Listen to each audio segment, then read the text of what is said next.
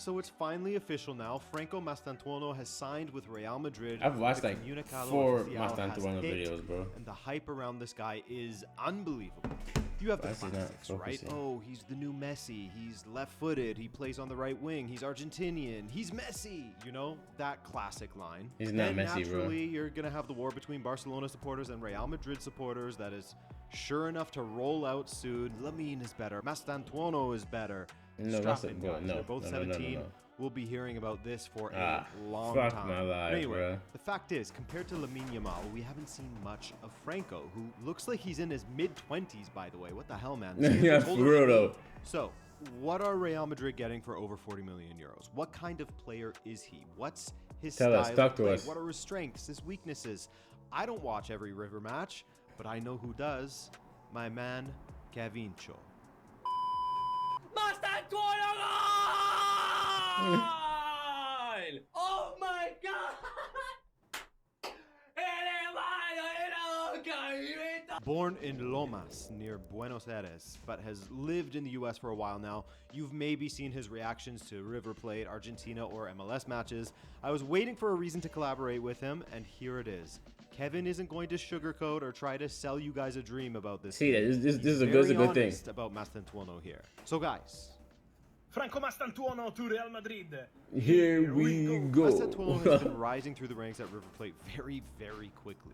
He became the youngest ever scorer for River Plate, and the hype machine surrounding him was kicked into gear. And naturally, you gotta temper expectations, right? But Franco just kept on showing more and more aspects of his game that were so finely polished. And on top of that, seemingly no fear.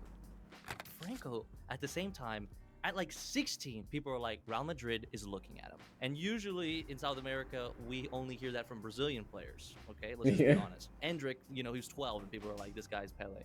So I'm like, I don't know if he's that good. Like, let's see what's going on. Because you heard it about the, you know, the younger squads. And then he made the first team, and he's genuinely dancing around some players. And you're like, oh, there's some old guys, you know, whatever. He's just got like those kid legs. But then you're seeing him make super smart passes. Then he's like not scared of anything. He's like going one-on-one against players. And you're like, all right, 16-year-old, chill out, bro. Like you're showing off now. Scoring bangers. Then you're like, all right, I like this video. I like this video. Score a free kick. Scores free kicks from 40 yards out. You know, it was like it wasn't a slow rise. It was so quick. Now, in our conversation, Kevin was telling me details about Marcelo Gallardo and how he's a stubborn guy and it can be difficult for a young player like Mastantuono to gain his trust.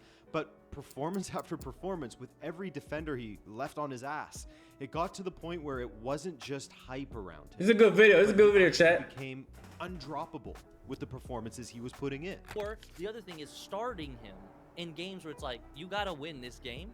Literally, the kid carried the entire team. Bro, I'm not gonna lie. So, Mastantuono, this man. Hold on. How old does he look, chat? This man look at least like 27, bro. 26.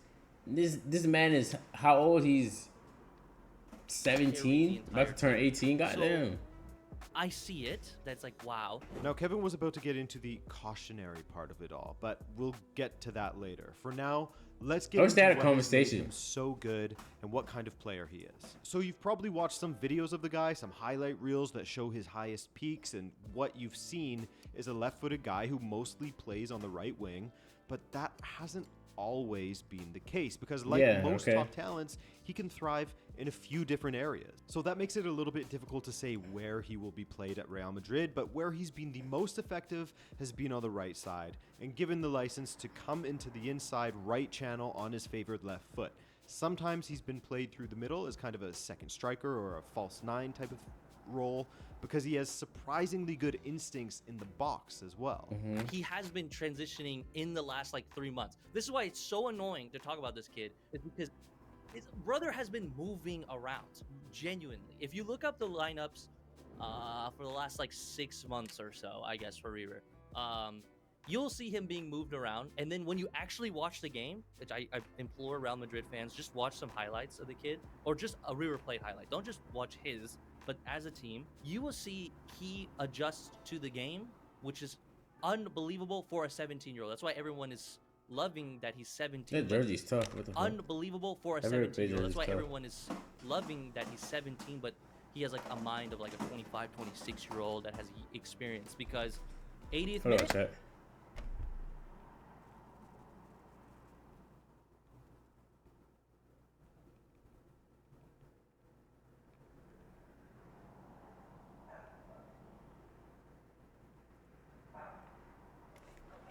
If River plays 1-1, this kid is not sitting around and poaching. He's like, all right, dude, I still have legs. I'm younger than these guys. Give me the ball, like Lamine, and he will sit out, and then he'll take a strike outside the box and then curl it in. I saw Marcelo was talking about, like, okay, you know, he's on the right now, but you know, like, an hour and the kid's gonna go towards the center, and then if that's not working, he, again, like I said, he does this like goofy like false nine thing. Okay, so that has the areas of the pitch out of the way, but what kind of role are we looking at here? Is he the creator that pulls the strings? Is he simply scoring bangers from outside of the box? Is he a winger that hunts the touchline? Well, bro, oh my gosh, what type of... We know that isn't the case. Can you do all of them? About that and how he rolls inside. But one thing that inevitably comes up is comparing him to Lamine Yamal. Constantly. Two 17-year-olds who like playing on the right. No. Bro, chat. This is gonna be I didn't even think about this, bro. This is gonna be a debate for centuries, bro. Oh my god. This is what type of thing did Madrid get themselves into, bro? You got a 17-year-old that's good, and you got a 17-year-old that's good, bro. Right now I think Lamine's like, I think he's like a lot better. Because like, bro, I think Lamine's just different in what he brings to the team. But also, I'm not gonna lie, I haven't watched Mastantuono that much. I watched him in the Club World Cup, and I don't think he played that good in the Club World Cup. But also, like, I haven't watched him that much. So this year is gonna be the year that I can see like what Mastantuono got. But this is gonna be a debate for years to come, bro. Oh my, I didn't realize what just happened. They're both the same, bro. They're like 1 month apart. The same age, bro. Oh my gosh. We see how it goes, but Lamine is like well established in Barca though. So I don't know. I think it's gonna take Mastantuono a little bit longer just to, you know, get established at Madrid. So let's see what happens with that. Cause I don't even think he's better than Rodrigo yet. So, and I think Rodrigo's pretty good. So that's me though. But yeah. And are left-footed. Of course, the comparisons will come up, but it's a bit of a lazy one, as these two guys aren't exactly the same. He's not like the playmaker. He can be a game changer. He can be. My brother said that, like, my older brother, see, he's 20 years older than me. So, like, the dude he has a better spread of seeing these young talent. He goes, okay, Lamine is like the cockiness of Ronaldo. He has, like, some of the place-making abilities of a Messi. The kid's going to be disgusting. And then he goes, Franco is like, he has almost the same type of, like, poacher ability as a Ronaldo. But at the same time, he doesn't have like that Messi-esque, I can look up, see who's open, make the play, you know, dummies, all stuff like that. He doesn't have yet. And I think yet is the key word here, because you see glimpses of his great passing ability, bro. right? You see that he certainly has the talent to be able to pull off the passes. He has good vision, but there are levels to all of that, right? He's not the maestro type, despite having the ability to do so. He's not like a Pedri, for example. He also doesn't have that same sort of slaloming, dribbling style that Lamine Yamal and Messi have. Yeah. Not to say that they dribble the same stylistically, they're different, but you understand what I mean. I always see the footballing world has, you know, two different types of dribblers. There are the guys like Lamine or Messi who, when you see them get the ball, pick up speed and have some space to run at defenders, you already know that they're going to be Neymar, bro. I mean, put Neymar. Each of them have the ability to beat one defender, two defenders. Hell, that means more of a Neymar, though. There's a good chance they'll send them for a hot dog as well. But then there's Franco's style of dribbling, which I think is more akin to someone like Pedri or Dybala. That's another good example. I mean, to be fair, Messi and Lamine can do both kinds of dribbling, but humor me here.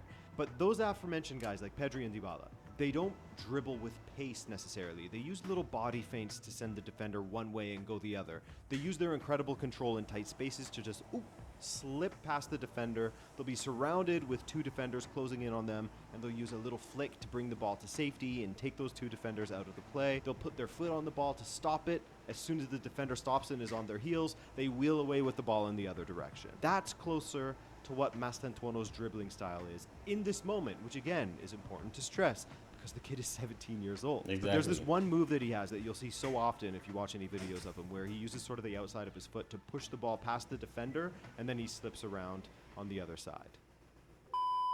E va a pegar Mastantuono. Va Mastantuono. That's not even a free kick with power too. That's just a placement free But one kick. of the things that has already developed as if he is a seasoned vet in this game is his ball striking and the composure that he has, not just in open play, but from the penalty spot and of course free kicks. Maybe your introduction to him was how he hits the ball for free kicks, of which he scored a couple, and one of them was just unbelievable. Power is unreal. I mean, it went viral pretty recently. Like Boca River, this game, like any highlight out of that game is going to be remembered, replayed for months, and if not like throughout the whole year. I'm not even joking. He had a free kick, 40 plus yards out, and he hit it so damn hard, and it was perfectly placed. Blah blah blah. And then after the game, I think it's more of a placement. They were getting interviewed. Hey, who knew the kid could hit it like that? And they're like, we do. Look at his training video. The kid strikes it perfectly. Middle of the ball is like knuckleballing straight into a goal. You're 17, dude. You have no right to do this in one of the biggest matches in football, period. But for sure, he has his downsides. Like, he's not just this perfect player that can do everything. And one of the ones that Kevin brought up and acknowledged that you have to ask the question of, is this really a weakness or is he just 17, But he brought up how sometimes if he doesn't get on the ball and get involved early in the game, you can see him sort of fade into the background of matches and not get very involved. And he'll just post up as far up the pitch as possible and just wait for his teammates to get it. Yeah, that's not a good thing. That's not a good thing. But Chad, I think that can be fixed a lot. Then you just it gotta be on the coach. You gotta be on the coach to get you to show him ways to get involved, and that's when it comes into like pressing and shit, and just always trying to find ways to get around the ball, because you can't just sit up front and just do nothing. Like Mbappe is 26 and he still does that, but like it's just finding a way. But Mbappe is like a special player though. Like he can do that, then out of nowhere he scores you like a game winner or like scores a hat trick. But as a young player, bro, you gotta like find different ways to get involved. Even if it's your defense, your like running back. I don't know what it is, but you just gotta find a way to get involved. But I think that's on coaching. You gotta force, not force, but you gotta instill into the player that, hey, bro, this is how you get involved. So I think you'd be fine though. You just gotta learn it. And diving in and getting involved with the play. Again, is it something to worry about, or is it just because he's a 17-year-old kid? That's something that coaching can change. Luis Enrique did that for a lot of players. Yes, sir. Now, when a player is this young, you gotta exercise caution. There's such a small sample size, and you don't want to put any lofty expectations on them. Expectations that could kind of crush them, as well as, this problem. And hey, Kevin is Argentinian. He's saying it. He's allowed to. I'm not saying it. No offense, but there's not a lot of extremely strong Argentinian teams. It's just one of those leagues where it's like it has a plague of players leaving early, and then the only guys that can play are players that are trying to build up, and then players that are at their peak or whatever or coming down. So it's hard to tell like where he really is at. A lot of the talk is like he's just like he's the same dude. He's the same age. It's like, guys, nah, I think that's lazy. This kid in Barcelona is playing against Real Madrid. He's scoring hat tricks. He won Euros. He might win another one, or he could have a crazy World Cup. I don't think we need to be comparing them right now with super peace and love, but we'll see. Yeah, I think that's unfair. I hope so. I think that's unfair. I think that's very unfair to do that, bro. You see what Lamine is doing, bro? I don't think what Lamine is doing is comparable to any youngster in the world, bro. Anybody under 20, bro. He starts with Barca. He gets to play big games. He shows in big games, and most like kids under 20 don't get to do that, bro. So I think it's very unfair to compare him to Lamine right now. I think Lamine's on a whole another level right now. I sound like a hater right now, but I'm trying to be realistic, okay? And then there comes the question of where is he going to play? The areas of the pitch that he operates in already have Rodrigo and Arda Güler. You could throw Brahim Diaz into the mix as well. That's why I understand why we Endrick had limited opportunities last season. Granted, that was Carleto. Now there's Xabi at the helm, so maybe things will change. But regardless, what nobody is denying here is that Mastantuono is supremely gifted. And if he carries on with this same trajectory, if keyword here, guys, then he will be an unbelievable player. One of the best of his entire generation, and hey, as annoying as the discourse can be, it will be nice to have two cracks who are of a similar, well, the same age in this case, at Real Madrid and Barca. Nah, that'd be crazy, bro. Thank you for joining me, and shout out to Kevin for his very honest insight on Franco, the oldest looking 17-year-old that there ever was. I'm Adrian, around the clock, editing this video, and I'll catch you guys for another one very soon. Later. W video, bro. That was a really good video. Shout out to Rabona TV, bro. I'll put this on YouTube. Don't forget to like and subscribe.